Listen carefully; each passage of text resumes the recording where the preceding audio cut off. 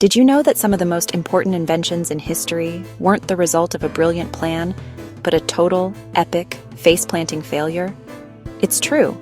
We tend to think of science as this super precise, methodical process where geniuses in lab coats follow a perfect recipe to change the world. But the reality is a lot messier, a lot funnier, and honestly, a lot more inspiring. So often, the path to a breakthrough isn't a straight line.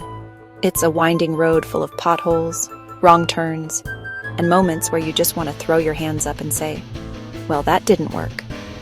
But here's the secret sauce, the magic ingredient. What if those failures were actually just the universe giving a little nudge in a totally unexpected direction? What if a forgotten petri dish, a melted candy bar, or even some annoying burrs stuck to your pants were the real starting pistol for a revolution? Today we're going to dive into the stories of scientists who were aiming for one thing, missed the target completely, and ended up hitting a bullseye they never even saw.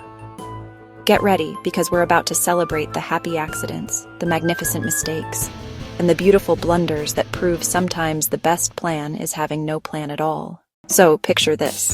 It's 1928. A bacteriologist named Alexander Fleming is back in his London lab after a 2-week vacation. Fleming wasn't exactly tidy. His workbench was a chaotic landscape of petri dishes, beakers, scientific whatnots. He's sorting through dishes with Staphylococci bacteria. Staphylococci, the nasty stuff. It causes boils and sore throats. On one dish, he notices something weird. A blob of mold was growing. Around that mold, a clear bacteria-free halo, like a no bacteria allowed sign. Someone else might have tossed it, but Fleming wasn't that guy. He looked closer. The mold, a strain called Penicillium notatum, was releasing something that killed the bacteria. He called it mold juice. Later, he renamed it penicillin. It took another decade. A team of brilliant scientists figured out mass production. This accidental discovery became the first true antibiotic, saving countless lives and changing medicine forever. All right, let's fast forward to 1945. Percy Spencer, a self-taught engineer at Raytheon, is working on magnetrons. These are the high-powered vacuum tubes that generate the microwaves used in radar systems.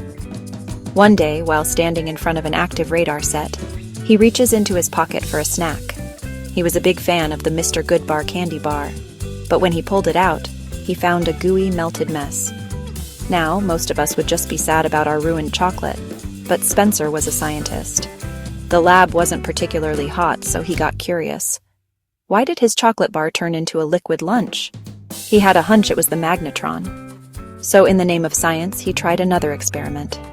This time, he put some popcorn kernels near the tube, and within moments, they were popping and flying all over the lab. Have you ever come back from a walk in the woods and found your pants and your dog covered in those annoying little green burrs that are impossible to get off? Well, back in the 1940s, a Swiss engineer named Georges de Mistral had that exact experience after a hunting trip in the Alps with his dog. He was annoyed, but he was also an inventor. Instead of throwing his burr-covered pants in the laundry, he put one of those burrs under a microscope. He was fascinated by what he saw. Under magnification, the burr was covered in hundreds of tiny, flexible hooks.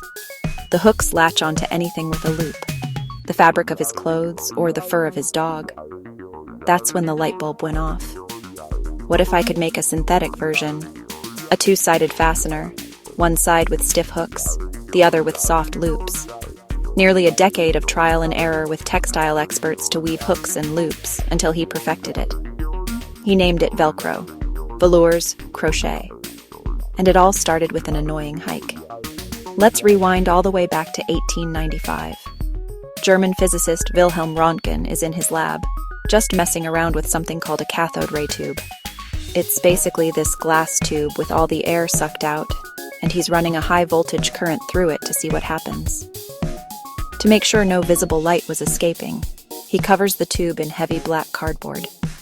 He darkens the room, flips the switch, and is just about to start his experiment when, out of nowhere, he notices something bizarre. Across the room, a piece of paper coated with a fluorescent chemical, barium platinocyanide, starts to glow with this faint kind of spooky green light. Röntgen is totally baffled. He turns the tube off, and the glow stops. He turns it on, and the glow comes right back. But here's the weird part. There's no visible light escaping the tube, so some unknown invisible ray must be traveling across the room, passing right through the cardboard and hitting that screen. In the early 1990s, pharmaceutical giant Pfizer was on the hunt for their next big blockbuster drug. Their scientists were developing a compound called sildenafil. They hoped it would treat angina, chest pain from reduced blood flow to the heart. The idea was the drug would relax blood vessels, it would increase blood flow, and relieve the pain. They started clinical trials with male volunteers, full of hope. But the results were a total flop. The drug barely helped angina. Chest pain wasn't improving. The project looked like a failure. Pfizer was ready to pull the plug. When collecting unused pills from male subjects, researchers noticed something odd. The men were reluctant to give them back, embarrassed but pleased. They reported an unexpected, consistent side effect. The drug wasn't relaxing vessels in the heart, it relaxed blood vessels elsewhere. Pfizer pivoted. Sildenafil was rebranded and released as Viagra. It became one of the most famous and profitable failures in pharmaceutical history. We've all used them, those little colorful squares of paper that stick to pretty much everything but also peel off without leaving a trace. But, the Post-it note was actually born from two separate accidents. The first happened back in 1968. A scientist at 3M named Dr. Spencer Silver was trying to create a super strong, super tough adhesive for the aerospace industry. Instead, he ended up with the exact opposite. He made this bizarrely weak glue. It was made up of these tiny, indestructible acrylic spheres. They would stick to surfaces but could also be easily lifted and repositioned over and over again without losing their stickiness or leaving a residue. It's 1964 at Bell Labs in New Jersey. Two radio astronomers, Arno Penzias and Robert Wilson, are trying to use a massive horn-shaped antenna to study radio signals from the Milky Way. But they have a problem. A really annoying problem. No matter where they pointed the antenna, they picked up a persistent, low-level background hiss. A static that was messing up all their data. They tried everything to get rid of it. They rewired the system, checked the electronics, and pointed it at New York City to rule out urban interference. Nothing worked. They eventually noticed a couple of pigeons had made a nest inside the giant antenna horn. They figured, aha, it must be the pigeons and their, dielectric material, which is a polite scientist way of saying pigeon poop. So they cleaned out the antenna, removed the pigeons, who kept trying to come back, and scrubbed the whole thing clean. They pointed the antenna back at the sky, and the hiss was still there. It was coming from every direction at all times with the same intensity. It wasn't pigeons.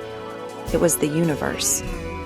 What they had accidentally discovered was the cosmic microwave background, the leftover heat, the faint afterglow of the Big Bang itself, which permeates all of space. And yes, they won the Nobel Prize for it. So there you have it. 14 stories where the path to genius was paved with happy accidents, magnificent mistakes, glorious goofs. Don't fear failure. Embrace it.